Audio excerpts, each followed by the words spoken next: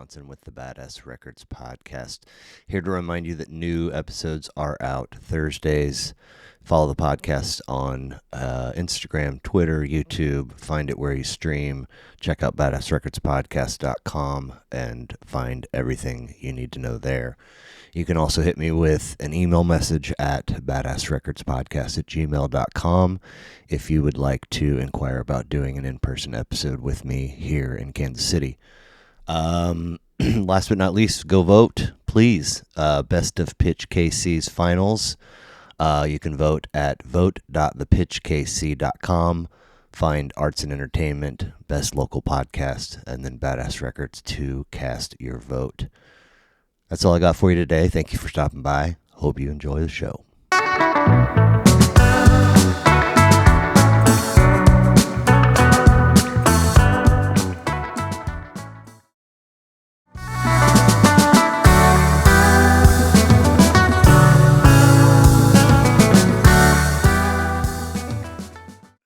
Well, I really appreciate you being here. This would wind up being episode 83 if There's no kinks or bugs to work out. Til Willis, Badass Records Podcast. Appreciate you being here, coming in from LFK. Yeah, absolutely.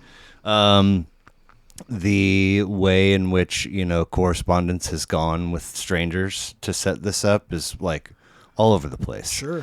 And I think we're messaging on Instagram in like May, perhaps. Back then sometime. And you were like, I'm going out to Colorado for the summer to gig. And I was like, huh? Yeah. But we'll touch base when that's all. And then the other day, boom, there you were. You're like, hey, I was like, no way. Yep, Sweet. I'm back. I've done as much digging as I think I can do. So you've been gigging since... I have been gigging since I was 12 years old. 12 years old. And I'm 43. Okay. So what I found was solo Til Willis gigs, which Instagram pics look like that was mostly what was happening in Colorado. That's most of my summer is doing that. I did do a couple of band things with the band from Lawrence came out, and we did a full band, Til Willis and Erratic Cowboys. Erratic Cowboys. So, and then you... Yeah, that's our... Just surprised me with this. Yeah, that's our last album that came out. Grinding of the Stars. That came out last year. fall. Okay. Yeah. Very handsome. And you said you're pressing these yourself? Well, yeah. I mean, we don't have a label, so it's it's doing it all. So what does that entail? Mostly money. Okay, you're not up there with like a machine. No, actually, I don't have those skills. Okay, but I actually all the vinyl. I've been using a place called Got a Groove out of Ohio. That sounds cool. I went with them because they were highly rated for having good customer service. Okay, they're not a middleman because there's a lot of places that'll be just a middleman for sending your stuff off to the Czech Republic or something to be pressed. Okay. And not that that's a bad thing, but if then freight. If something happens, getting in touch with the person to correct that could be an issue. And I knew some bands that had issues with that. And when they've pressed like 500, or they're like, hey, something's wrong with this test pressing, and I can't get in touch anybody on the phone. No, to be like, thank you. But yeah, so. Yeah, out of Ohio, Got a Groove. Is it Got a Groove or G-O-T-T-A? G-O-T-T-A. Okay. Got a Groove. And yeah, they've always been great. Great customer service. The product's always been great. Nice. So, So, like, is there, like, this is how much it's for 500 and this is how much for 1,000? Or is it tiered like that? They are. Most are. The other thing I like about them is they'll let me do just 100 at a time. Okay.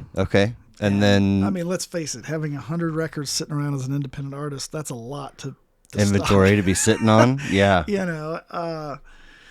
So, and, if you sell those, you just be pressed more. Sure. So. And so they ship them to your home or wherever. Oh, yeah. And then do they, when it shows up, is it in good shape, the overall? Oh, yeah. It's just, they triple box everything. Okay. It's all very professionally done. And I have nothing but good things to say about them. And, then shipping things out is my responsibility. Yeah, of course. That's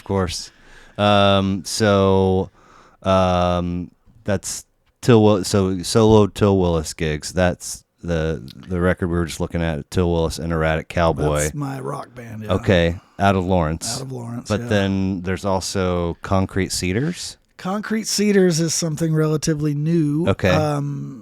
We got together and did our first gig back in May. That is a 100% improvisational, instrumental, experimental.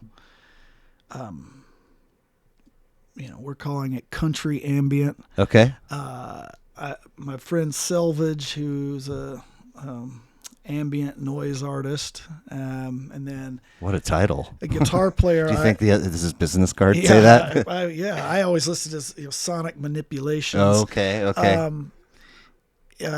I've loved his stuff for a long time, and we've collaborated before. And then this other guitar player, Bradley McKillop, who actually plays in Erratic Cowboy with me, and then he plays with the Rose Line and a bunch of other people. I was like, let's the three of us just get together. I just want to play percussion. I'm the guitar player, songwriter who loves drums, and I collect those. So I'm like, I'm going to play these two 30-inch bass drums and just some other superfluous percussion. Cool. And then Brad is doing, he uses a no-input mixer to generate sound loops that way, and then also doing some lap steel stuff, and then Selvage doing all of his manipulations with synths and things like that, and it's just kind of 100% improvisational. The first thing it makes me think of is Can. Oh yeah, I love Can. Okay, like I mean, are you guys like Are you jamming? No, we're not doing it so much of that. Ours is more soundscapey. Okay. That's what it fits. It's like an experimental noise, punk landscapes, and these, it's just its own thing, man. Okay, right on. We're just decided to make it improvisational. That way, there's no rehearsal. We'll only do a few gigs a year. And, cool. We just put out our first full length. Is that? Yeah, there was two singles and a full length. All here just a handful of months ago, right? Yeah. And then I've got a folk duo I'm in called Solo Hawk. Okay, that's the one you're mentioning. Okay. And so that's with a songwriter friend of mine out of Denver. Okay.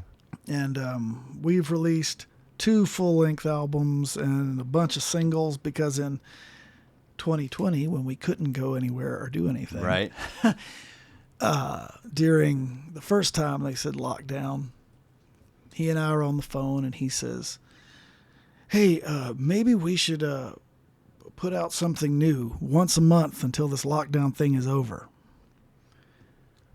Well, we know how that turned out. And it'll just be next week. Somewhere around October of that year. I'm like, okay, well, we got to get this together to put something out, because we were writing, and then, he would recording parts distantly to send it to put out either a single or an EP. Right. And he's like, "Why do you keep making me do this?" And I was like, "Well, it was your idea."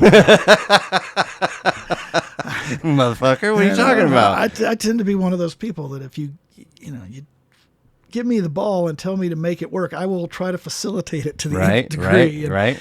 It's a good quality. We put out a lot that time, and then we get together and tour and play, a handful of shows a year. Wow.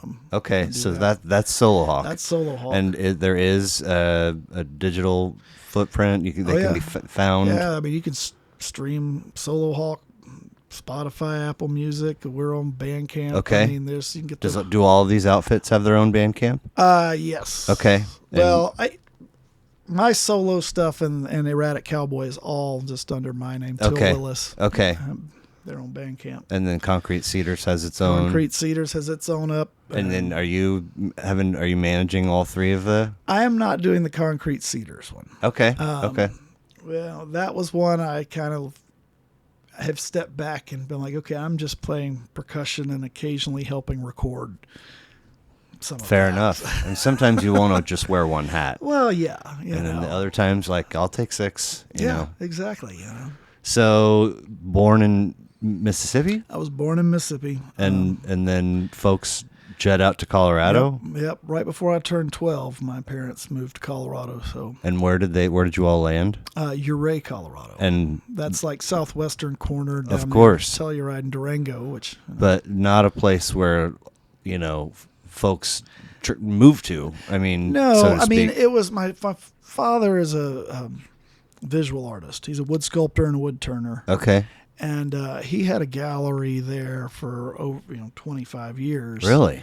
So it was a great place for him to sell artwork. And yeah. It was, my mother was a elementary school teacher. Okay. Good school system for my brother and I, and so she was able to get a teaching gig, and your father was able to do art. That's why we moved there. And how did they know about that place from Mississippi? My godparents went to college with some people who had moved there. Okay. And we went out on a skiing trip to Telluride. Okay.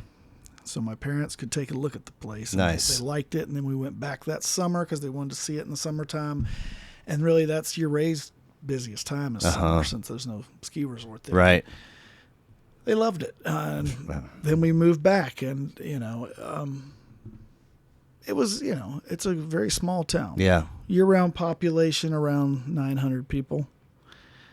Even now? Oh, yeah. It's probably 1,200 now. Okay. But it's just so small. There's a lot of part-time residents and a lot of tourists that happens there. So it's very busy and crowded in the summer, and even more so now. Yeah. It has been. Dude. And that it was a great kind of safe environment for bringing kids up, but that kind of small town can be extremely stifling. Oh, yeah. The older you get. Okay.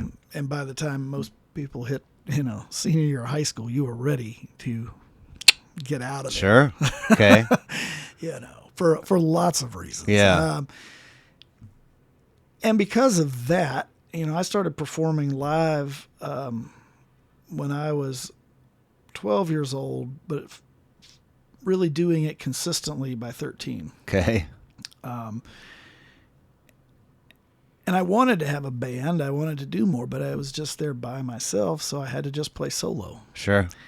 And so much of my performance over the years has been just as a solo player. Right. I just didn't have access to musicians. So you're playing solo live at 13 in Ouray, yes. And then this summer you also played solo live. I mean, are there people that we've been watching this kid for...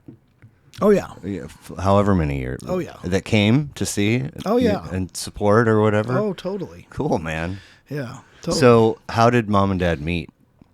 My parents are both from Mississippi. And, it was the 70s, man. And that was when they came together. Okay. I was not... My parents were married in 1977. I came along in 1980. Okay. They had kind of given up on having kids. Maybe it's not for us. You have 0 siblings. I have a younger brother. Okay. Had a younger brother.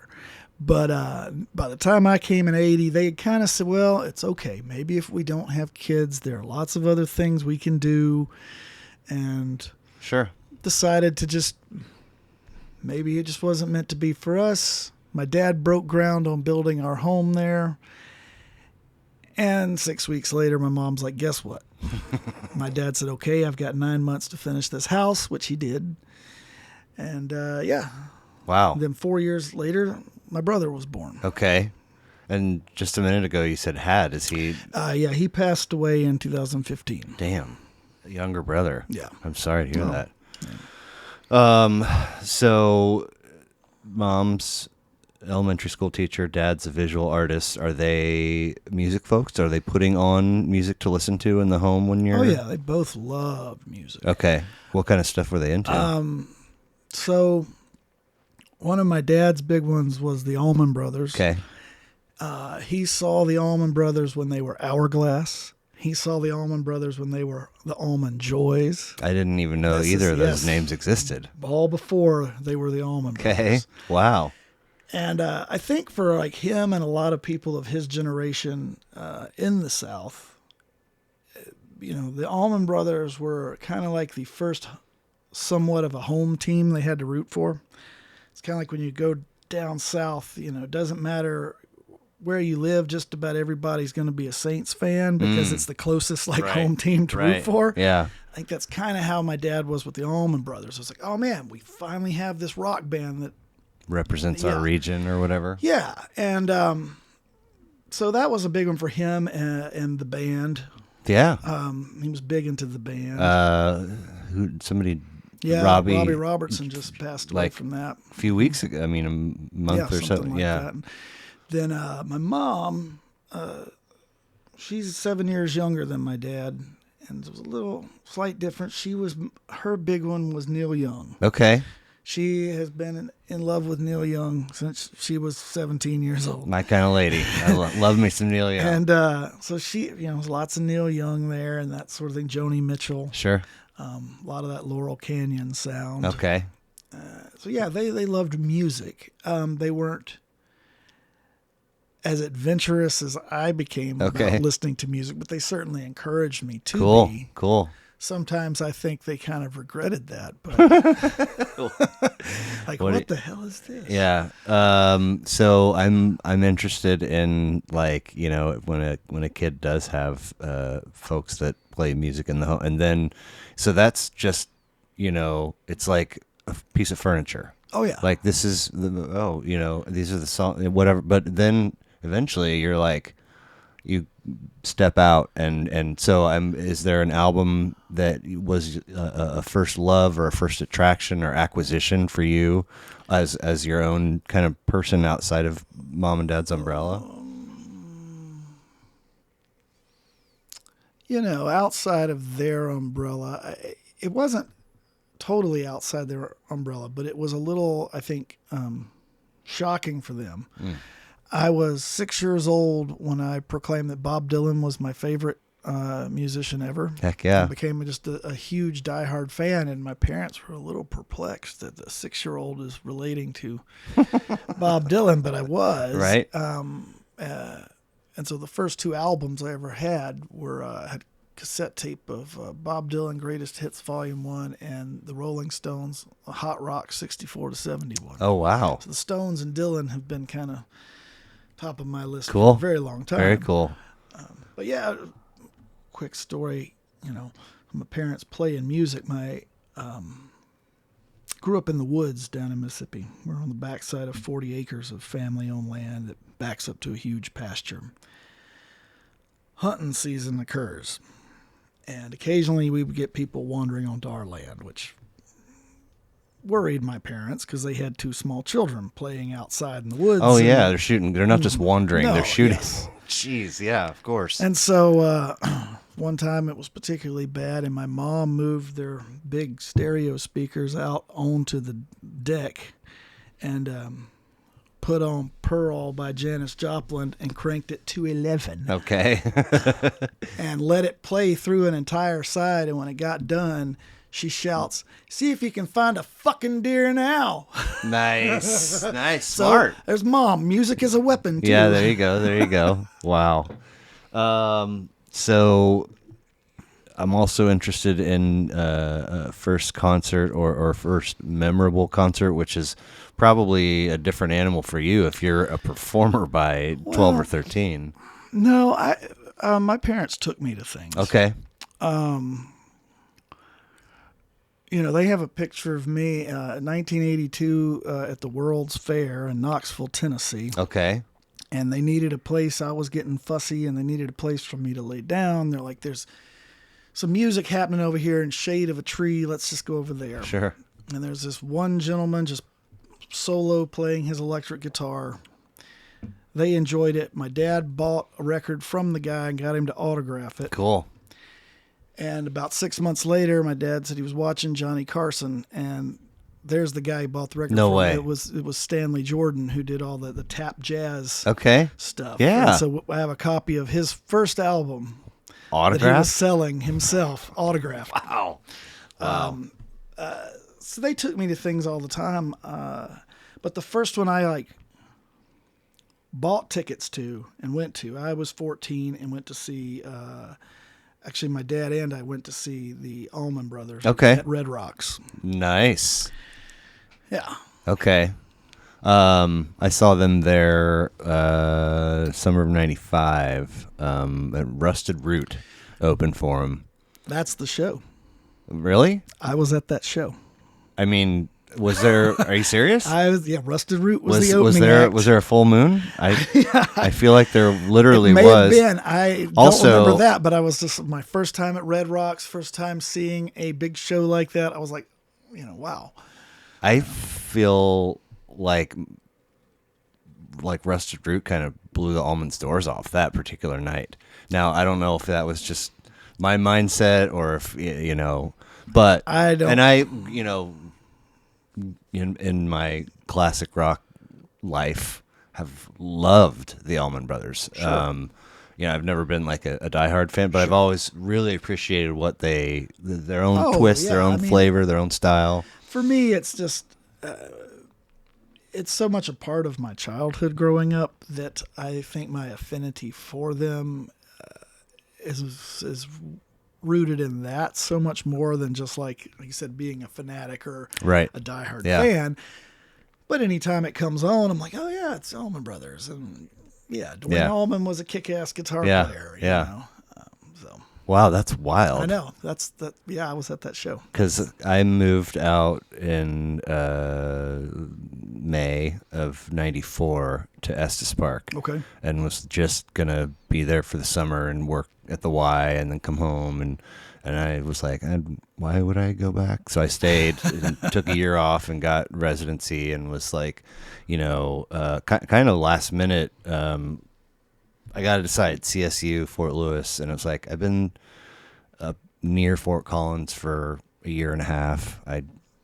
Let's go see what's down. So that was the only, and because they were equal in price, sure. CU was not an option. But so I'd seen a show that right when I moved out there in June of '94, and was like, wow, this play. And then the following summer, got tickets to Rusted Root and Allman Brothers, and again, I mean, it's a magical place. Oh, it is. I've seen so many shows there over the years, but yeah, that's crazy. Yeah, the same show. That's hilarious. Til Willis and Erratic Cowboy, Concrete Cedars, and Solo Hawk are the outfits that you're currently in. Their stuff can be all of it can be, some stuff from all of them can be streamed or purchased. All of it can be purchased somewhere. Concrete Cedars right now is just through the Bandcamp page, but Solo Hawk, Til Willis and Erratic Cowboy, my solo stuff is streamable through just about any platform. And cool. So you're gigging at 1213. Is it an acoustic guitar? What? Okay. Yeah, just an acoustic guitar. And I, at that point I did a lot of covers like you do starting out.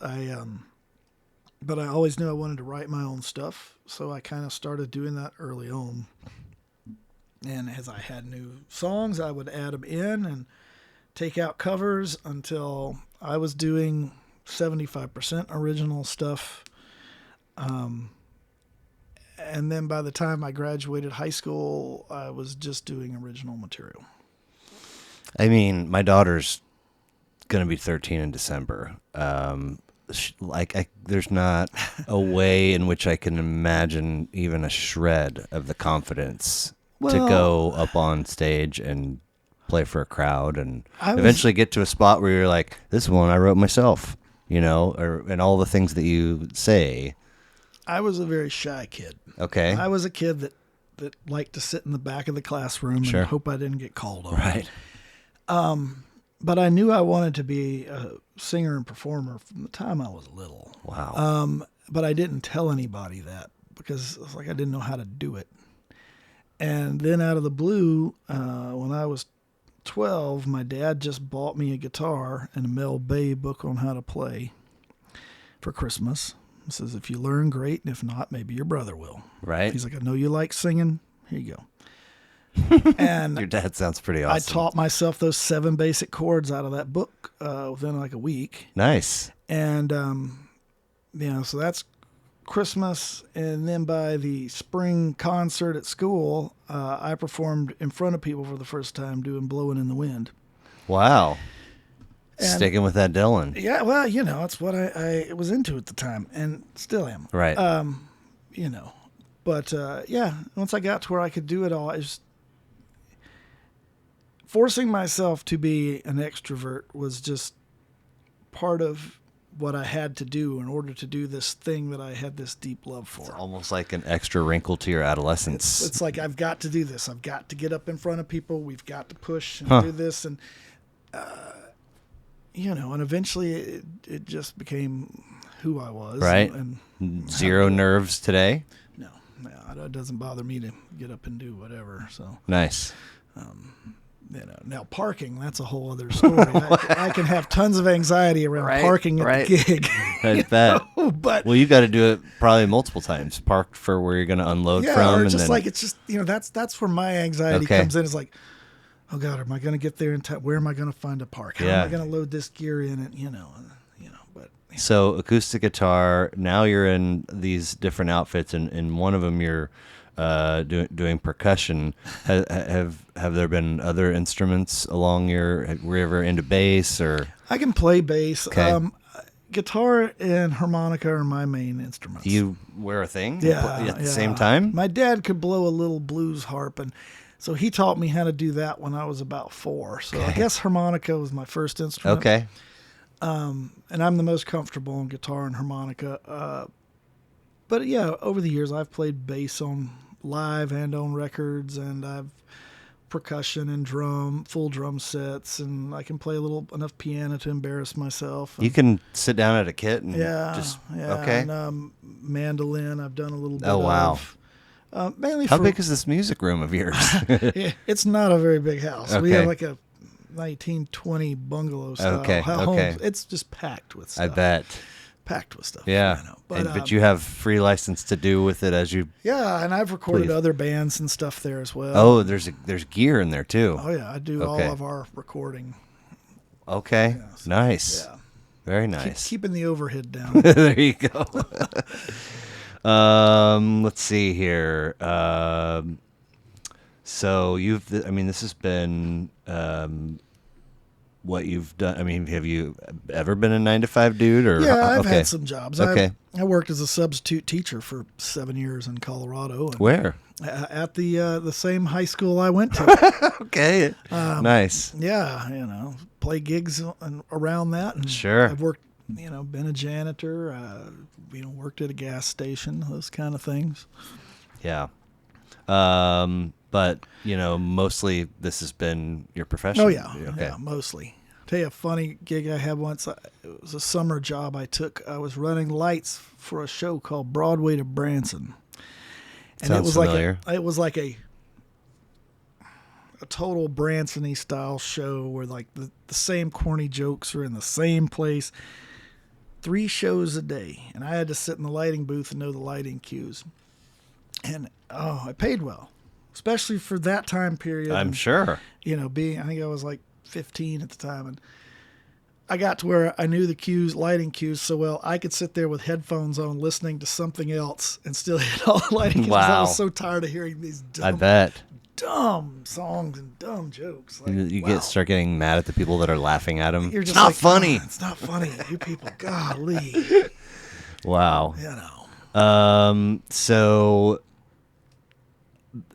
for you to reside in Lawrence with your wife and be in the projects that you're in here in the area, but then to also jet out to Colorado. I mean, the existence of your roots out there are why you can make that happen. I mean, where are you staying? How are you booking? And how many shows did you do over the summer? I was doing 2 to 3 shows a week from like mid-May until the end of August. Okay. Whatever that amounts to. I mean, a lot. It's to be away from home. Yeah. So my parents still have a place there, so they get grandparent time. Okay. I get to hang out with my daughter. Nice. My wife has a standing job out there, working at the library. And then, I just, so many of these places in this area I've played in that either people already know me. Right. Or you can literally text them. Or they, hey, I'm going to be in town. And they will be like, okay, we'll give you this date, and this date. Or I call them up or email or whatever, and they're like, oh yeah, no, we heard your name mentioned by so and so, yeah, we can get you in here for that, and So it wasn't stressful? No, I mean it's not. It's stressful getting it all coordinated logistically and getting it planned out. I mean, you must have to depart. Like, are you somebody looking after your home? Do you have like a 6-page checklist of things? Kind of. And in addition to all that, it's figuring out, what projects do I want to work on this summer that I've got to take with me. Like I had a couple of mixing projects for some other people I had to take care of. Wow. I'm currently mixing. Actually, just got done with mixes for a new Erratic Cowboy album, which hopefully will be out next year. Full length. Yeah. This what number will this be? For Erratic Cowboy, let's see, 1, 2, 3. I think this will be like the 6th. Okay. Cool. I think. So I mean, do you pull a trailer? No. Okay. Nope. Everything gets crammed in the Subaru. 2 adults, 1 kid, a dog, and clothing and the stuff needed to do it. Oh yeah. All your you're not taking. They have PA. No, I carry a small PA. I've got a little Bose I use, but and then the guitars and merch and stuff. Most of the back of the car is what I need to perform and do stuff. Okay. And then you take the topper and stick all our clothes up there. There you go. That's the only way that works. Kid and the dog in the back seat. Wow, man. That's awesome. Caravan it up. And how old's your daughter? 6. Okay. So, I mean, she's not to the spot yet where she has like preferences about what she'd rather be doing. I mean, she can be happy wherever. Yeah. I mean, she's not doing camps and play dates and sleepovers. The other half of the car is the toys she wants to take. Yeah, there you go. Yeah. So you can just kick it with your folks and kind of jet up here for a gig and jet back and have a home base and nice. Very nice. Yeah. It sounds, I mean, is this the first summer you've done that? No, we've done that every summer since I moved to Lawrence in 2009. Wow. Okay. Very impressive. And everybody looks forward to it? Oh, yeah. Very cool. Yeah. Very cool. I suppose, you kind of need everybody to be on board otherwise. Everybody loves it out there. I bet, man. Cool. Yeah, we're very fortunate that we get to do it. Very cool. Well, you were kind enough to give me a list, and like the communication with folks, lists can be all over the place. Sometimes I'm like, I don't know any of, I don't even know which is the album title and which is the artist. I got to figure that out. Sometimes, you get, not everything is for everybody. Right. So sometimes you get some stuff and it's like, oh man, that was getting through that was something.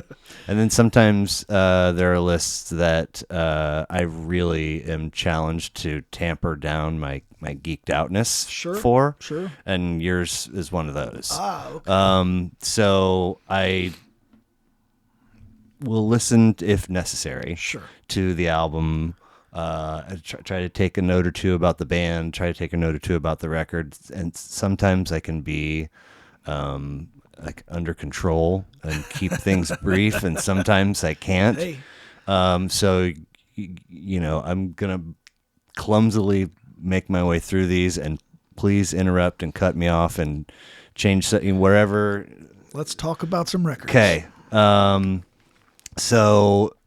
And I will usually, I like to go through them chronologically in release order, which means we get to start with Tom Waits. Alrighty. And speaking of gigging, I had a good college buddy down at Fort Lewis who was in a band called Bone Machine, and this was for their gig at the San Juan Room in Durango. Awesome. I like to give my buddy Ben Green shouts out because he's currently in Austin and plays...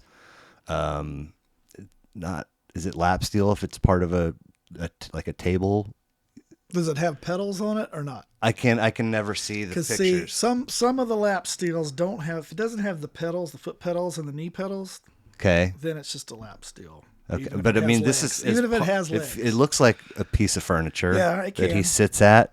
But if it has the pedals, I mean, that's a pedal steel, and okay. both are super cool. Anyway, he's at Ben Green with an E on the end, and gigs quite a bit. Awesome. And anyway, and I was prompted to dig that out because not too terribly long, well, about 20 episodes ago now, I had a repeat guest come on, and we did the whole Tom Waits discography. I saw that. And it was like, I was like, yeah. And then it was 17. I was like, bro. And what at one point felt a little daunting ended up being so freaking rewarding. Because every album is great. Well, I had a couple or three, I probably had 5 or 6 on cassette of his. And I've had a couple or 3 favorites over the years, but like some had so much time had gone by that I started to jumble what tracks are on what record. Oh yeah. And then I put on whatever Nighthawks, and it's like fucking every song on this is amazing. And then like I really not sometimes I'll be way into something and then I'll drift. Like I was way, way, way into Medeski, Martin, and Wood through their first 5, and then they got late 90s, and it was so much experimental. I was like, I can't hang with this. I really loved the album that they did with Iggy Pop, Avenue B. I don't even know about that one. Oh man, so that was 96, I believe. Okay. And they backed up Iggy for this album called Avenue B, which is great. Iggy does a lot of spoken word stuff, but then they they do some really cool stuff on there tue. Sure. Huge. So I got, Swordfish Trombones, Frank's Wild Years, and I'm like, I'm struggling to hang on to me, but that was many years ago as a young person in my 20s. Sure. So to the whole, it's kind of like his discography, the 17 is 3/3. Yeah. You got the first chunk, and then Kathleen is part of it, and then all I was like, this newer stuff is probably not going to be amazing. Wrong.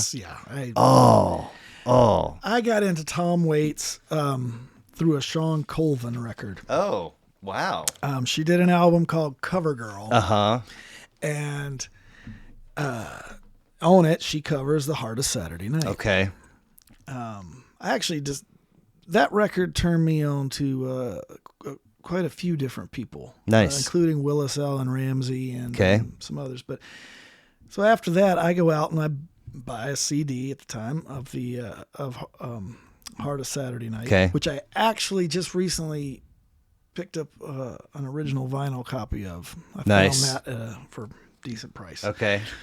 Love that album. Thought that was just great. And then not long after that, I heard an interview with Jacob Dylan talking about one album he thought everybody should own and hear was Closing Time, Tom Waits' first. Got that I one. love that album. Oh, same with Hardest Saturday Night. I mean, they're just beautiful. Yes. Tom at his jazziest, best kind of element. So then... and at that particular time period, we couldn't just have access to anything. It was kind of whatever was available at whatever, music store you went into. Yeah. So I've got Closing Time. I've got, Hardest Saturday Night. Go in the music store. I'm like, I'm loving this Tom Waits stuff. And I see an album called Bone Machine, which, if you've never heard it, it couldn't be further from those first 2 Tom Waits records. No, not at all. But that's the smoothest, purest. Oh, yes. He's like, I have talent, but I don't know who I am yet. But I definitely should record some stuff. It's like those are the 2 that you've seen, the beautiful princess in the castle window, and it's like, there she is. And Bone Machine is when you get up close and realize she's been dead for the last 30 years. Right. So I get this, and I teenager, No kidding. Yeah, and was with my mother and my brother, and we get back in the car, and I unwrap this CD, and I put it in the player, and, The Earth Died Screaming comes on, and my mother and my brother are kind of like, are polite and don't say anything. Dirt in the Ground comes on, they're kind of like, huh. It gets to, such a scream, and my brother goes, what the hell is this? This guy can't sing. And my mom goes, yeah, I don't understand why you want to even listen to this. And their kind of reticence to just accept what I knew was brilliant made me dig my heels in and love it all the more. Sure. Right there. I'm like, okay, I think who wants to listen to rock and roll if your parents really like it? Yeah, no kidding. This is this is 92, 11 out of 17 for him, 16 tracks, 53 minutes. Definitely one of these that I was like, we're going to have to put that aside and revisit it at another era of life. He was an artist, and I guess there were quite a few at that time period that really, really, really took advantage of just how much you could cram on a CD minute-wise. Sure. Because I think, 16 tracks here. We've got like 70-some minutes of music. But that doesn't really, generally speaking, I know what you mean, but that doesn't even really scratch the surface of what he put in a record like. No. It's like one of these things where, listen 5, listen 6, listen 7. It's almost like you can start. I don't know how to, and then all of a sudden it's like I'm seeing color hues. Yep. Like some reds and blacks that jive with this, and then some kind of Jamaican, Cuban kind of thing, and it's almost kind of like like a time lapse, and eventually you're like, oh. What I always loved about Tom Waits, even his early days, he could always do it lyrically. Right. But as he got into hilarious the lyrics. 80s with Heart Attack and Vine, Swordfish Trombones, Rain Dogs, Bone Machine, all up to his current stuff, that's when he started being able to paint pictures sonically. And he wasn't doing it like this album paints a picture. For him, for me anyway, every song is its own little movie with its own little atmosphere. Oh, yeah. Okay. And I love that. Yeah. You get, sort of along the same lines, but also wildly different. The later stuff, I really loved Mule Variations. Oh, yeah. And then there's Real Gone is one of my all-time favorites. It might be that's brown. The cover's brown, and this one's got kind of the red and black cover with the splatter letters. It's like Tom Waits, Real Gone. It had like Top of the Hill and Sins of My Father and Come On Up to the House. No, that's Mule Variations. That is Mule. Okay, that is Mule Variations. But like that song. Oh.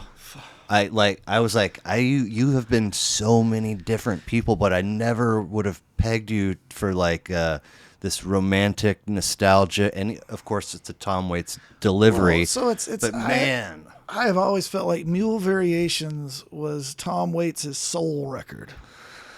That is a soul record. It's so good. Oh man, yeah, just incredible.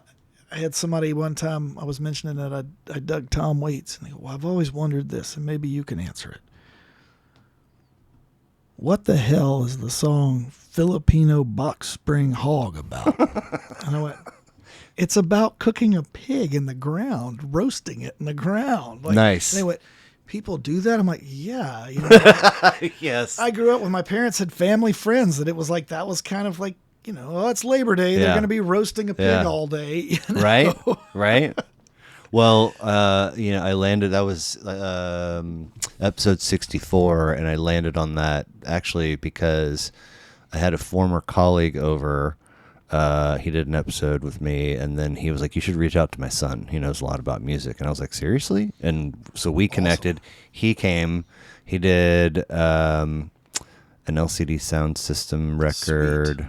I'd have to look, but Small Change was, so we talked to Tom Waits, and then that led to, and I was just like, in his first episode, I was like, this is going to sound weird, but I really love Tom Waits, but I have like almost no Tom Waits friends. So I like never have an opportunity to talk about him to anybody. Oh, man, he's one of my all-time favorites. So it's always cool when you do get, you probably come across more folks than I do. Well, no, but even then, it's like there's a lot of people that they turn off at the voice. They do. It's gravel. Well, people have always said that to me about Bob Dylan, right? Who I love. Yep. Chris Christopherson, who I love. Like, there's a lot of people that I love that thought, but the voice. And I'm like, what do you mean?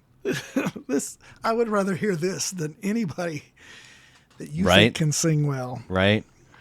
Well, anyway, there's when you multiple, typically for each of his 17 records, multiple points of interest. Oh yeah. I mean, like the first time I was going through notes for this one, I was like, Les Claypool and Keith Richards? I know, what? right? Are you kidding me? And not his first time with Keith either. No, because Keith is back on Rain Dogs, with like Black Mariah and stuff, and allegedly Jesse Dylan took the picture. Yeah, and which I didn't even know he existed. Yeah, it's like Jacob. He did. He's done Bone Machine. He also did the photographs for Blood Money. Okay. He directed the video for God's Away on Business. Oh wow. He's done lots of music video stuff, but yeah, he and Tom have worked together a couple times, I've noticed. So while in Durango, you've probably been there or can picture it for sure. It's a strip of like, Maine, the heart of Maine is like College or 6th up to like 12th. Yep. It's a real, and it's over. Oh, yeah. But Southwest Sounds was my music store. And Hal used to own it. He used to ride his 10-speed there. And, it's like when I start shopping there, he's stocking a decent amount of cassettes. And over the years that I'm living there, it's smaller and smaller. It got to the point where, like, regular old releases, he would have to special order. And he was like, I could just see it, like, fucking, would you just, But there was a girl that worked there. Her name escapes me right now, but she was she was a student at Fort Lewis with me. She didn't have, her volume was always at 11. And she always wanted to talk music. Wherever that's a good thing to have if you work in a music store. Yeah, but I mean, it was fun. And just the mannerisms that she had, my roommate and I wound up referring to her as lovingly as Peppermint Patty, because it was kind of like, hey, Chuck, and she had that kind of, anyway, she knew her Grammy knowlage. Like I was like, wow. The first time I was like, wait, what? And then every time I saw her, an artist would, they won, and I was just like, what a funny thing to be. And then eventually I was like, I guess, we do covet Oscars and Tonys and Emmys, and so there is some value. I know that record store you're talking about. We went there on a school trip one time over to Durango. Okay. And we got to walk around for a bit. I was probably 14. And I remember going in that music store, and I bought a CD copy of 4-Way Street by Crosby, Stills, Nash and Young. Oh wow! Okay, in that store. Nice. Yeah. Well, so it's just never made any sense to me until it did. Oh, and it's like, so I can say Bone Machine won a Grammy for Best Alternative. And that it means something, it means something different to everybody, but it's if these are the people that are making the decisions that this piece of art is great. I mean, you can totally say, I don't care, but oh man. And if you're really going to give it to something for alternative, I mean, you don't get much more alternative than Tom Waits' Bone Machine. No. because I think most folks our age-ish would alternative, and you think like the 90s stuff. Yeah, I don't know. I don't know those bands, but well, I mean, I think it starts getting around that time period of 92 and all that. If you were to say alternative, a lot of people confuse it with like the grungier stuff. Yes, and it's like there's Nirvana, there's Alice in Chains, Jane's Addiction, that sort of thing. But this is like, it's one thing I've always loved about Tom Waits. He's kind of categorizable. He is his own Ben at the record store. He just does his thing, and actually a lot of my favorite artists have always been that way. Cool. I mean, you look at somebody like David Bowie. David Bowie is just David Bowie. I know. How? he has touched everything. All of his albums can't be in the same thing at the store. No. It's like a map. I got to go over to the he did this weird little psychedelic post-punk thing. Over here there's this thing. There's it's all over. Well, we go from 92 to 93, and from a record that is not, I couldn't like wear it like a blanket and pass a test on it like I could a few other but I do love it. And we're moving to one that I've never been able to love. Okay. And that's Exile in Guyville, Liz Phair. I still have my cassette copy as well. And a CD copy, and then when they did the big re-release with the Girly Sound tapes all on vinyl, I got that as well. The Girly Sound. So that was Girly Sounds was the demos and things she put out before this album came out. She was like circulating through her friends. Oh, okay. And I had heard about it, and never heard pieces here and there, but never heard them. And the first official release they got was when they did the big anniversary release of Exile in Guyville on vinyl, and I've got the deluxe version, so I got the Girly Sound stuff in there too. As we were discussing before, like a time period when the biggest exposure was reading in magazines and stuff. And I remember that was reading, like crack. Oh man. And then you had to like either make a shopping list or try to hold this information in your brain. Right. And if you're going from a place so as rural as where I grew up in Uray there, I mean, the nearest place at the time where, you could get some cassette tapes at Walmart 40 miles away. Not in Uray. No. There was nothing in Uray. Yeah. So they had that.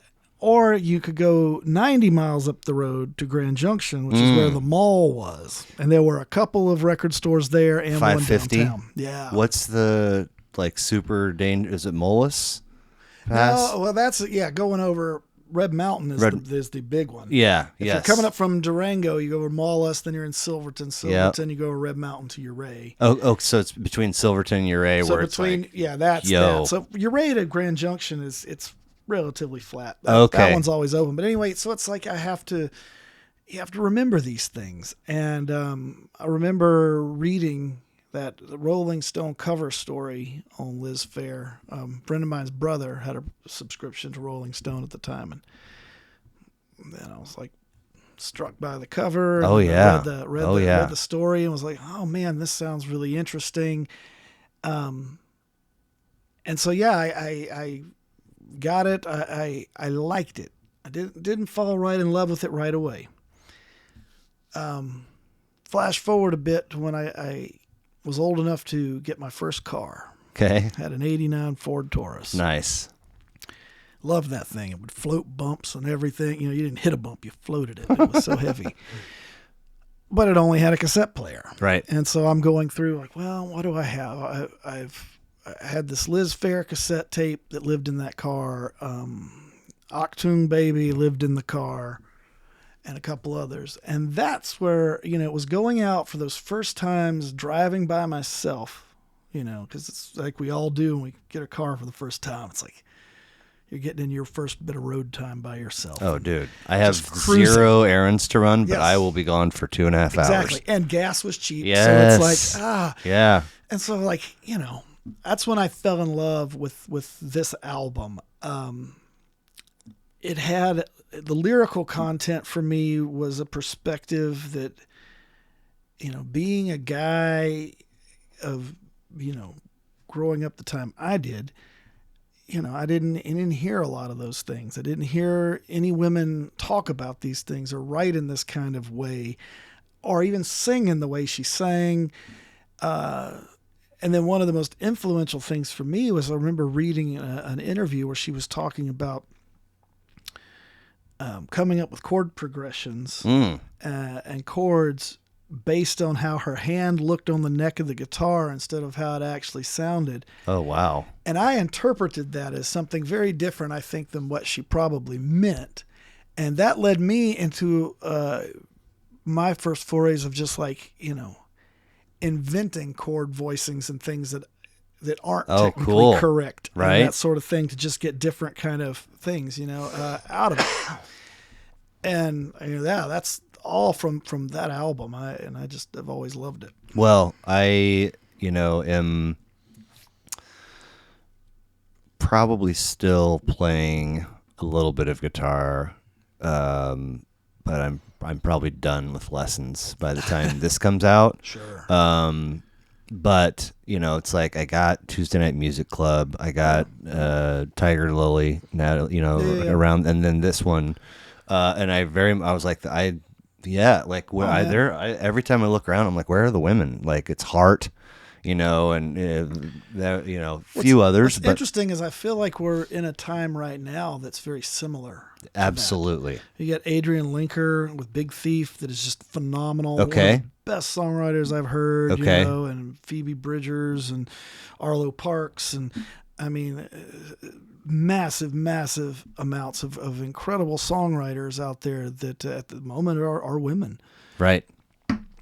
Well, it's so definitely, in my opinion, got a number of strong portions and several strong tracks. And it took me this re-listen. I've taken it out a couple times over the years, and I'll see something or whatever.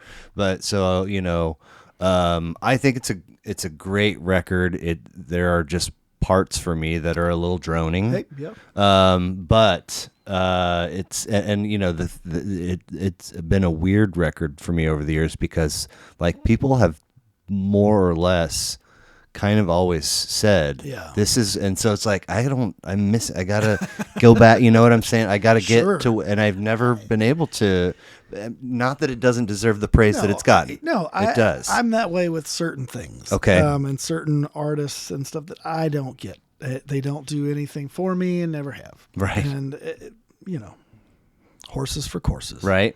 So 6'1", decent opener. Little droney until track 5, Never Said, which I've always loved that one.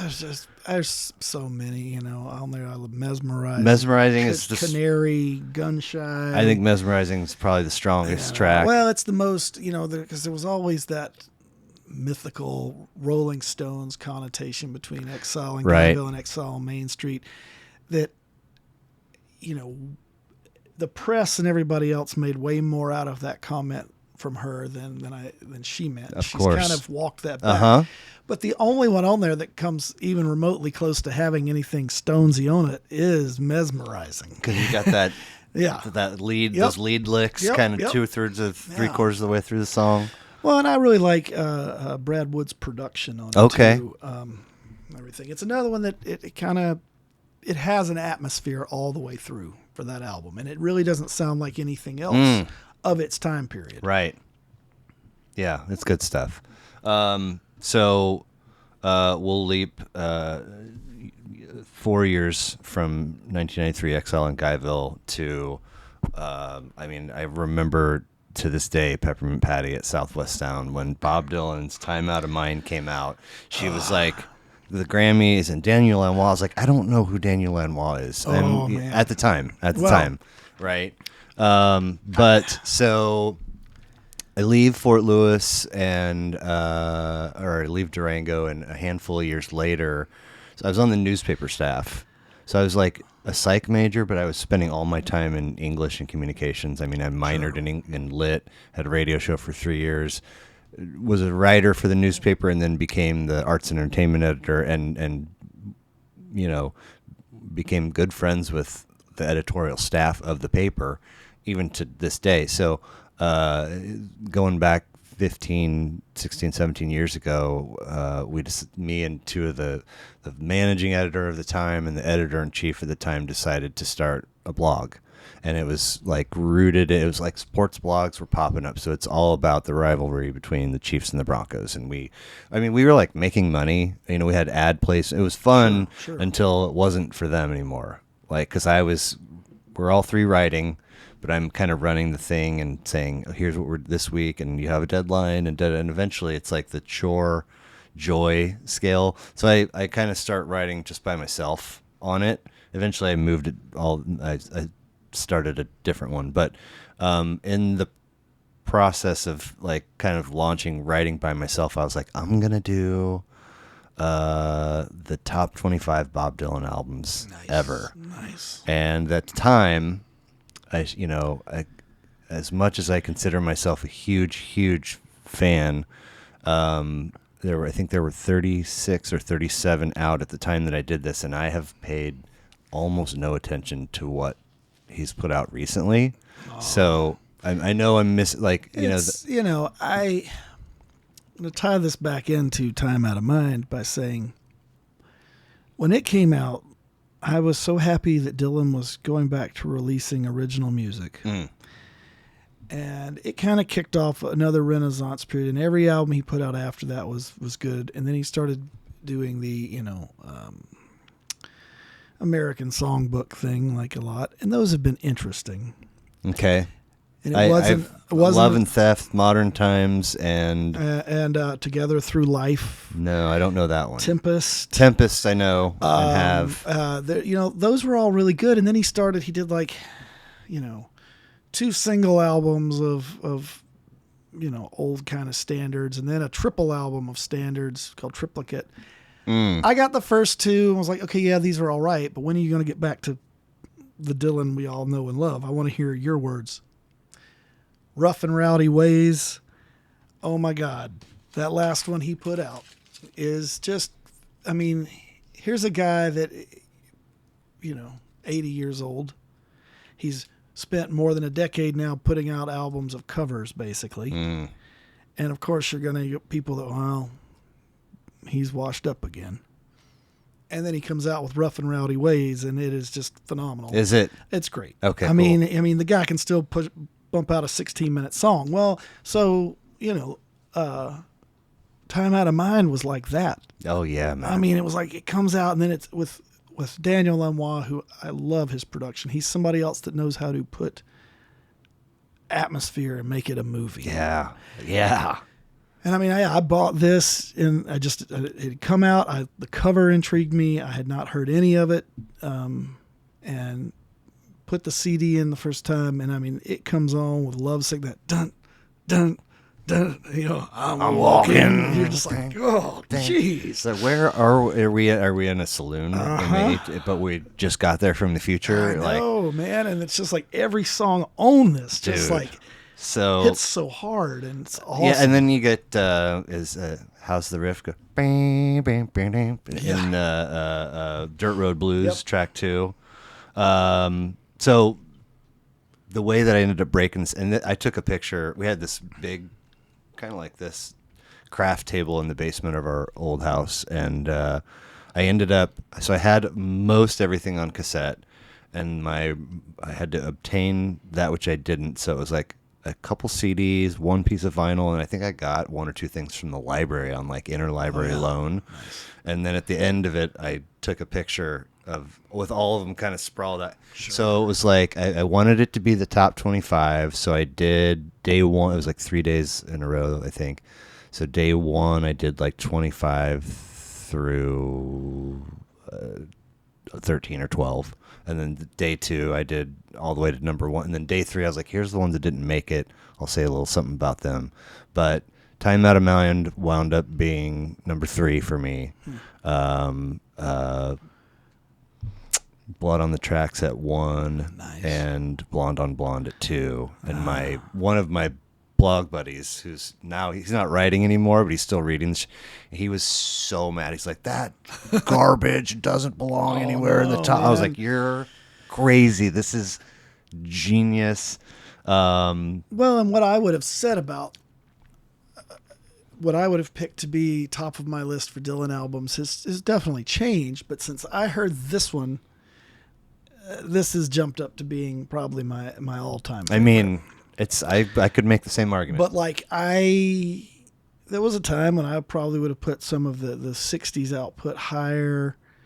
But I find myself, the albums of his I reach for the most really are ones that started like from like Oh Mercy, Own, that just continue to resonate. They all do. I mean, Blood on the Tracks is just phenomenal. Desire. Yeah, of course. And actually one that I really like, and a lot of people, but Shot of Love. Shot of Love has something. I mean, the groom's still waiting at the altar. Yeah. I mean, every grain of sand is just like, whoa. But Time Out of Mind, man, just... Well, it is just a sonic stew that you can always go back to and get a nice big helping, and you feel full. I know. Away. So I don't know how many albums I've looked up through 83 episodes, but it's hundreds. Sure. And then prior to I've always been a nerd, I like reading liner notes and looking at cover art, and so I don't know, but this is the first time I've ever pulled up an album and numerous songs have their own wiki page. And I was like, what is happening right now? Which makes me feel that my geeky glee for this record is warranted. Oh. I mean, like, well, and I was, so I've loved the bootleg series they put out on Dylan. Okay. And Fragments, which just came out, which is the newest one that it centers around Time Out of Mind. And it was they did the original 11 is the first one, and it has been kind of de-Lanois'd. Oh. It has Dylan and his people remixed. And well, he wasn't necessarily 100% stoked with the final, right? No, and which is, I'm like, what? And I listened to it because I was excited to hear the other outtakes and things that we didn't get on Telltale Signs and some of those. And I was just, they're great songs. I love that. I feel like it was just missing it for me. Having that Lanois kind of mist washed away. I was like, well, the songs are still great, but I so love how this came out. And I do love Daniel Lanois' production work. And coincidentally, if you haven't read it, Lanois' memoir Soul Mining is well worth reading. Okay. And as a companion piece to that, his main engineer through like this album, Mark Howard, wrote a book too. Both of them are great, and a lot of good information about the Oh Mercy period and period in both of those books. Okay. And I found them both cheap out used bookstores or Amazon or something, but they're worth reading and lots of interesting information in there. Well, so track 3, Standing in the Doorway, Tony Atwood writes that nowhere has Lost Love been portrayed so exquisitely, adding, if Dylan had written nothing else, he would be worthy of a place in the Hall of Fame for this song alone, which was stunning considering some of the difficulties that I'm reading about, like 3 drummers and all these high-end musicians and let's see here. Dylan himself said there was a time when the songs would come 3 or 4 at a time, but those days are long gone. Once in a while, the odd song will come to me like a bulldog at the garden gate and demand to be written, but most of them are rejected out of my mind right away. You get caught up in wondering if anyone really needs to hear it. Maybe a person gets to the point where they have written enough songs. Let someone else write them. And I was like, oh my God, you're amazing. Yes. Million Miles. is great, but that's track 4, track 5, Trying to Get to Heaven. Oh man, It's that, kind of. Yes. Till I Fell in Love with You is just groovy blues. Not dark yet. There you go. The beginning, I'm like, God, I need a Kleenex. It's getting dusty in here. And Lanois, I think, really shines on that one. Totally. Cold Irons Bound. It's not dark yet, but it's getting there. I can't even remember what it was I came here to get away from. Cold Irons Bound, 7:15. Oh, man. Pure bliss. Yep. Make You Feel My Love. I mean, I'm going to look at you until my eyes go blind. Right. I mean, jeez. So Cold Irons Bound, one of the drummers, David Kemper, heard this Cuban beat and was like early at this when messing around with and Dylan rolled in. He was like, what is that? Mm-hmm. And he was like, he's like, no, just keep playing it. And then like got all the people in and they 2 takes. Yeah. And that was that tune. I was like, what? Well, and what's really cool with some of that kind of influence was one of the albums Lanois had done right before this one was Teatro with Willie Nelson. Oh. 96. Okay. Which is it's one of my favorite Willie Nelson records because it's such a big departure. It's the only album Willie's ever done that sounds like this because he totally lets Lanois do his thing. I have not even lifted the lid on the Willie. Drummers. Okay. I mean, Emmy Lewis singing backup. And, and then Lanois doing it. So some of that kind of feel, and they actually started recording this at the Teatro Theater in Oxnard, California. Okay. Before Dylan was like, look, this isn't working. I want to go back to working. I think they did it was from the one down in Florida that they ended up using this. So yeah, there's some crossover between that Willie Nelson album and this one production. Okay. I have not ever sat down with any Willie record. Oh, well, that one sounds like no other one. And if you like the overall tone and atmosphere of this one, highly suggest Teatro Willie Nelson. Jim Esch, All Music, said Cold Irons Bound sounds like it was mailed in from another time decades ago from the midnight blue ether. I was like, that's pretty spot on. Yeah. Man. Can't Wait, Slick, Slithery, Swanky, Smooth, and then Highlands. Highlands is a journey. 1631. It is a journey where it just rides over the top of this Charlie Patton riff. Yeah. And takes you through so many different scenarios and vignettes of these different scenes from like, this singing about love, Hearts in the Highlands, and here, I'm listening to Neil Young to, I'm sitting in a restaurant and a waitress and a waitress's legs, the whole bit about, Erica Young, and all that. And it's some of the crispest, coolest guitar strums I think I've ever, and there's some individual riffs in there. One of my favorite things about it is early on when the track comes on, as Dylan's waiting for his moment to come in and sing, is that you can hear him breathing. Yes. Yeah. Just breathe. Right. And you're like, that's just... No traditional chorus or bridge. Oh. And my favorite, the manager came up to Bob and said, well, Bob, do you have a short version of that song? And he said, that was the short version. Yes. Like, fuck yeah, man. Totally.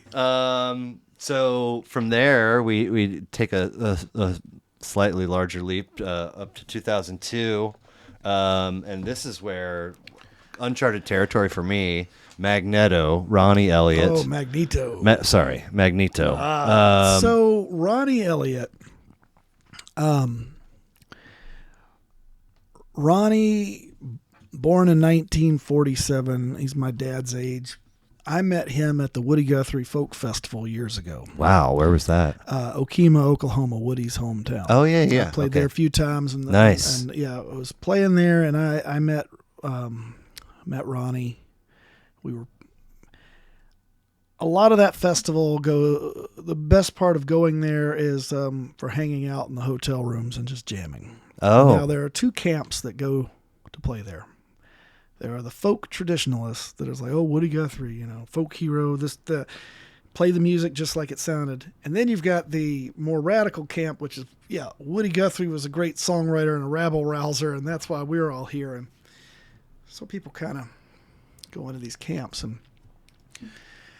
Ronnie was a favorite of one of the festival promoters, and I got invited into this hotel room, and it was Ronnie, and I sat down. There's just like 4 or 5 of us trading songs, and that was the first time I heard Ronnie Elliott, and his songs just knocked me down. They were so...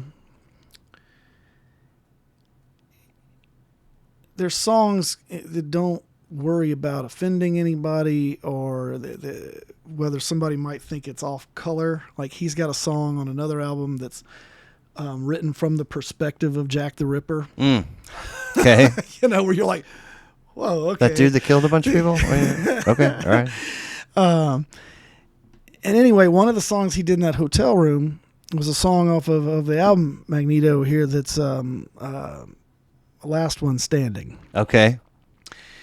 And, which opens with the lyric, I had a dream last night. I was talking to Johnny Cash. And he does that song. I'm like, man, that song's amazing. And that's the reason I went out and bought this album after that. And just coincidentally, that song, there was a Jerry Lee Lewis record, one of the last ones he put out, that was like a collection of him playing with other people doing his songs, and it was called Last Man Standing. Oh, funny. That title came from this song because somebody had heard this song. Nice. And eventually, mentioned it to Jerry Lee, and they used that mutual friend that Ronnie had. So, Ronnie's an interesting guy. He is, in his career, he was in a band that opened for Jimi Hendrix once. Okay. The band was called Your Local Bear. Huh. He promoted shows in the Tampa area for the Allman Brothers and all kinds of people. He played bass in a band called Duck Butter. I think I saw that. That went on the road. Great name. Playing, backing up Bo Diddley and Chuck Berry. Right. Ronnie has just stories to beat the band. Well, this is really peculiar for me. It looks like this is record 4 of 8 for him. 14 tracks, 58 minutes. You got to dig a little bit to find it, but it's anyway. So it starts, and I'm like, this is really excellent songwriting. I'm getting Townes Van Zandt. I'm getting Johnny Cash. Yeah. And then I'm like, oh, he's definitely trying to sound like Johnny Cash. And yet that's just his speaking voice. Well, so here's I'm really digging it, and then I got to a point where it was like, I can't always listen to every track on every record, start to finish, on everybody's list. Yeah. So sometimes, I'll listen to like the first 3 or 4 tracks, and then I'm kind of scanning, and if something grabs me, then I'll listen to the whole thing. I literally could not bring myself away from this record. And it's like one song ends, and I'm like, this is where we're going to get the drop off, and stuff's going to be not sucky, but less awesome. And then it's like track 12, track 30. I'm like, God damn, this is an incredible record by a dude I've never heard of before. Yeah, and Ronnie's songs, there's a lot of history in them. He's somebody that, as he'll tell you, he was born with rock and roll. He's got a song called "Born in 1947," which is the year he was born, and the year that Rocket 88 comes out, which is supposedly the first rock and roll record. Oh, for real? That's what they say. Okay. Jackie Brinston, which was actually Ike Turner and his band, cut Rocket 88. And Hank Williams at that time comes out with Lovesick Blues, which was the first country one to feature a heavy backbeat, which Hank got from T-Tot. So Ronnie comes up with all that, but he's also a big fan of the Beat Writers and that's why I love the him. Jazz bop, cool, and the rock and roll, and he writes himself into that. Yeah. Into that, because obviously, he's born in 47. the time he's really getting there, he's kind of, that is already a bygone type thing. Yeah.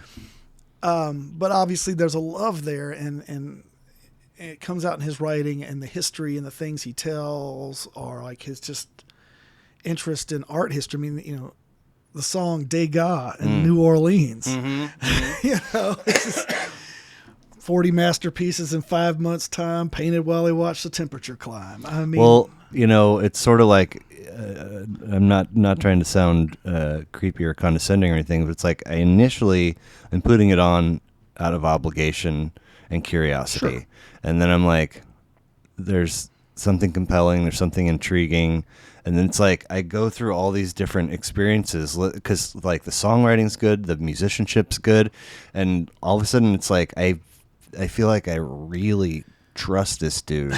Like I'm in his den around his hearth, and he's playing, and it's like I don't want to go home. I mean, sure, it's I've never had an experience quite like that with the first listen. And I think I love all of his records. Nice. He has not put out a new one since 2012.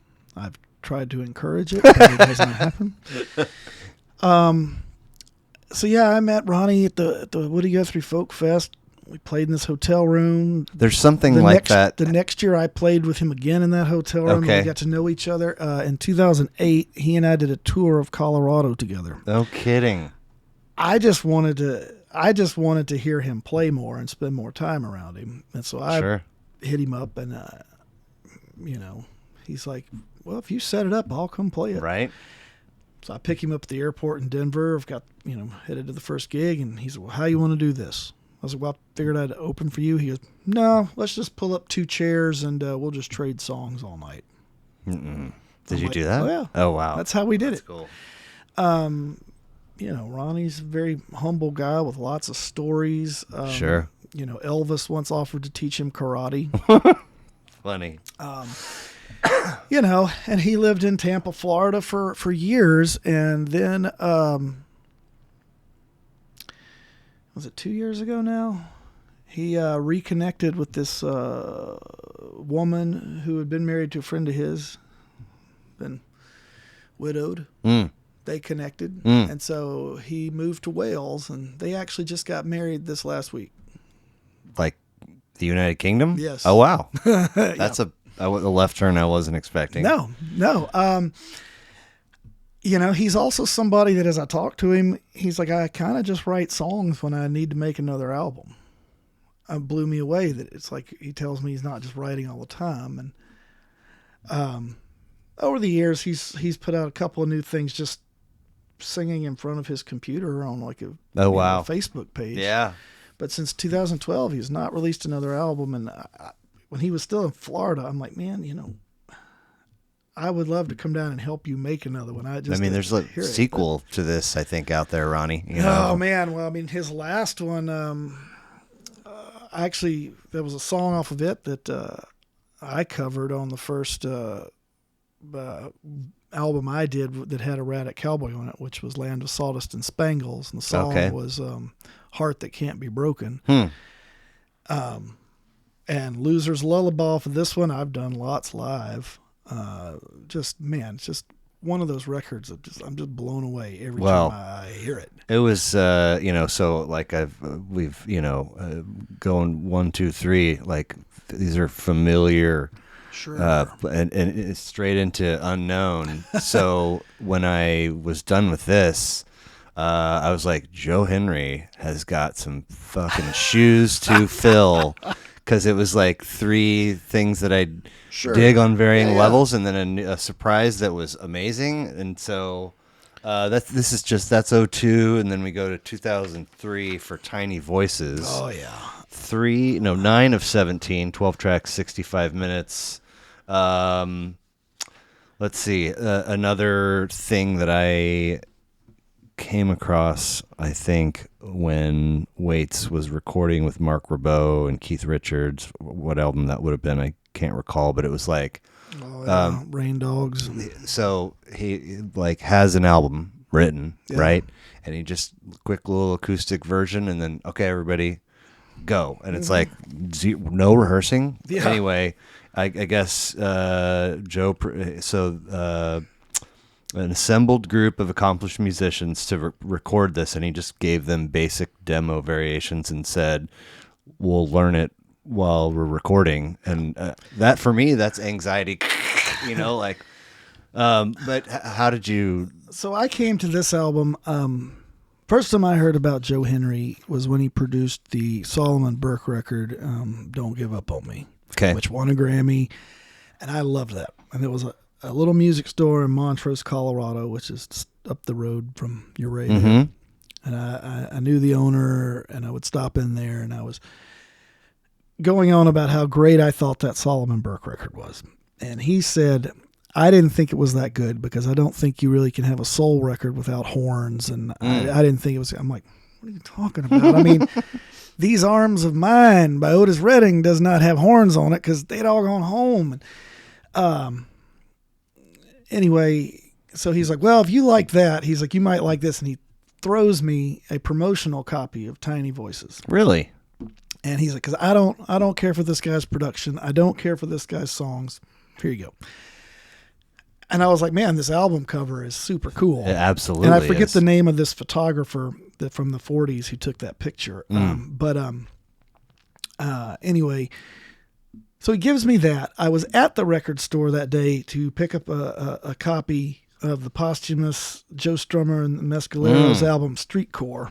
And Joe Strummer keeps cropping up every time I turn my head, and I'm like, what? Joe Strummer's just near and dear to my heart. Okay. But so that's what I went there to buy, and I got this Joe Henry one too. And it was kind of a misty, cloudy day there in that southern part of Colorado, and starting to get cooled down, and I drove back in like this mist and rain, and I wanted to devote my listening just to the Joe Strummer one when I got home and put it on the stereo. Nice. So in the car, I was like, I'll see what this Joe Henry one is all about. And I put it in, and from the opening little sputter of that starts off This Afternoon, track 1, it just went with the weather and everything, and instantly I was sucked into this. And Me then too. There's like the lyrics, there's the atmosphere, there's everything. And it's so I funky. That opening track is funk, and then it like kind of grinds into a halt at the end. I was like, what was that? And then it goes right into Animal Skin, which you're like, could be a Tom Waits song. Well, I don't think we across the rest of the tracks, I don't think he ever revisits that feel in track 1. And yeah, I'm a huge Joe Henry fan now. He's one of my all-time favorite songwriters. But this was the first album of his I got, and I started going back and getting his other albums that I could, and then every new one he's put out ever since. And this one kind of stands as a singular one in his catalog. It's the only one that sounds exactly like this. The ones before it were kind of funky, but they were a little more polished studio-wise. And then after this one, I felt like he kind of started pulling back from the big productions, and with each album he's kind of stepped it down a bit until he started doing these pretty acoustic albums with just his son Levon contributing clarinet and saxophone. Cool. And so very acoustic-y. And then his most recent one is kind of adds a little more of that back in, but keeping more of the acoustic feel. And then he's produced albums for a lot of people. The guy that threw this said, I don't care for his production. Yeah. His list of production, I was like, what? Yes. I mean, Ani DeFranco, Amy Mann, Susan Tedeschi, Elvis Costello, Loudon Wainwright III, Bonnie Raitt, Billy Bragg, Alan Toussaint, Joan Baez. Yes. That's just me cherry picking. Yes. Names that I know. There was 3 times more. Yes. I've loved his production work. I love his songwriting. This album just always is just a perennial favorite for me. I can always put this on. And in fact, I was with all 5 of these albums. I kind of just made myself a playlist just on my phone. Oh, cool. Of those 5. And last week, I did that, and so like, well, I'll get around to listening to those. And then I was sitting there and just nothing I was putting on to listen to while I was doing yard work or walking the dog was like catching me. Mm-hmm. I'm like, oh, I'll just throw this on. And instantly, your playlist just hit shuffle of these 5 albums, shuffling through, and just instantly it was like, man, I'm still so much in love with every one of these. Like the songs, just I know the words to all of them, and it's a good feeling. Like, yeah, it's like it's like old friends. Yeah, and that sort of thing. So yeah, Tiny Voices, Joe Henry. Nice, just an amazing record. Good stuff. So I'd kind of like to wrap with 5 funny finishers. And funny meaning goofy and awkward, not hilarious. Okay. So number 1, is there a go-to band or album that if you hear, you're like, absolutely not, and you got to like leave the room or ask somebody to turn it, or? There are quite a few. So funny because my daughter always is like, "What's a song you hate, Dad?" And I stumble over that because I'm like, they're there, but I try to block them out of my mind. I know. I'm not a Grateful Dead fan. Okay. I absolutely can't stand Dave Matthews Band. I was getting a little Dave from Joe Henry. I'm not kidding. I put my foot in my mouth once. I was in college and I was over at a good friend of mine's house, and I had been in the bathroom, and I come out and this music is playing, and I mean it sounds like third-rate Dave Matthews, and I'm like, what the hell is this Dave Matthews shit? And my buddy John looks at me and goes, it's Luke's new thing. I'm like, oh shit, sorry about that. I was just playing. And I just turned around with my beer and walked straight back out of the room. Like, I got nothing to add to that. No Dead, no Dave. No others. No real modern country stuff. Okay. I really can't take a lot of I don't like Rush. I don't like Journey. I don't like that period. Yeah. It just doesn't do anything for me. Right. Okay. Are you're graced with the ability to have lunch with anyone you choose, dead or alive? Who's it going to be and why?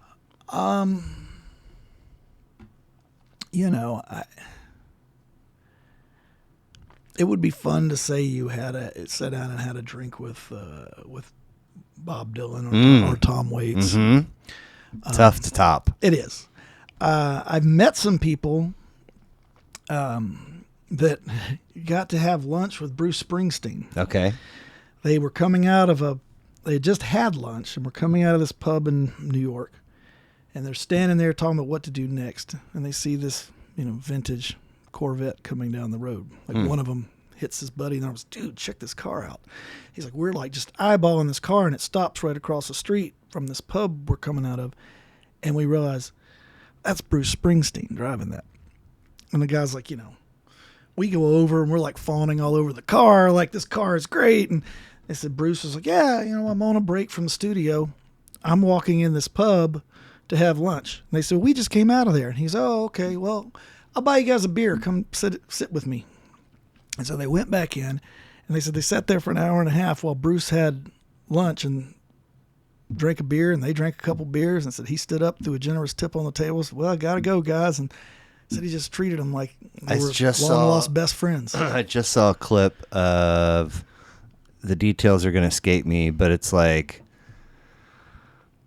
he was somewhere random and ended up like talking to this family, and I don't know if he helped them or they helped him out of a pickle or whatever, but he ended up like going to their home and having a meal, and then like every time since then that he comes through he goes and sees them, and they're like buddies. I was like, that's pretty cool. Seems like pretty awesome. So a game we play in my house a lot with because my wife and her parents were big Beatles fans. Okay.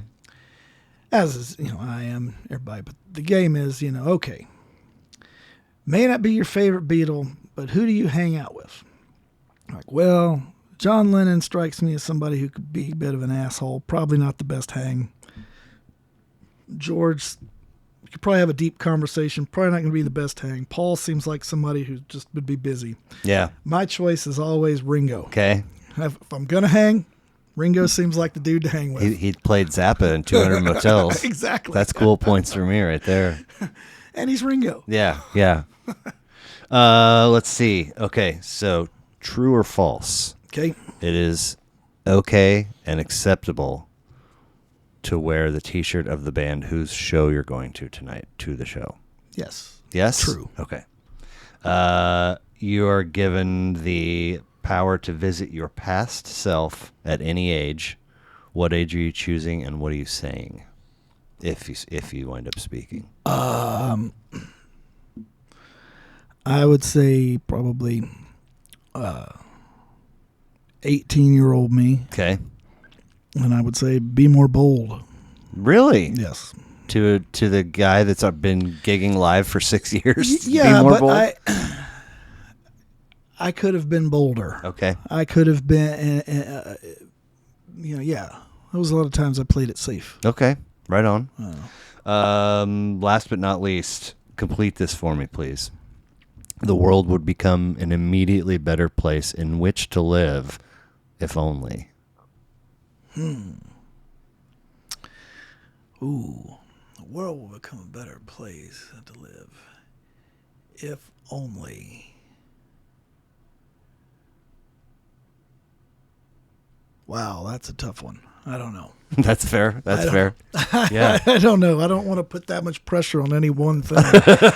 I've heard if people would listen to each other, if people would listen to music, if we'd stop using so much plastic. I mean, it's run the gamut. I mean, a lot of things. All those are true. Yeah.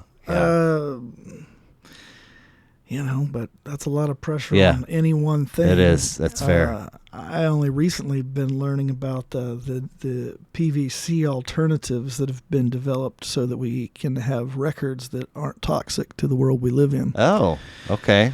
And there's a few companies that are trying to do that. I started going down this rabbit hole the other night because I saw that Michael Stipe is releasing something new on Evo vinyl or something like that, which is a PVC alternative. So it would be a biodegradable alternative. Yeah. Nice. So technology. Well, Til Willis, I very much appreciate it. Thanks for having me. We've got the Til Willis, and then the Til Willis and Erratic Cowboy stuff is on your Bandcamp. Yep.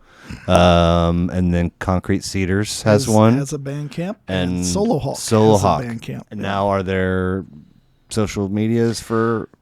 There are for Solo Hawk and for me. Mm-hmm. And a lot of that can be found through tilwillis.net or solohawkmusic.com. Cool. So, yeah. Very cool. I really appreciate you taking the time. Thank you so much. This has been fun. All right, man. Thanks. Yep. See ya. That's it.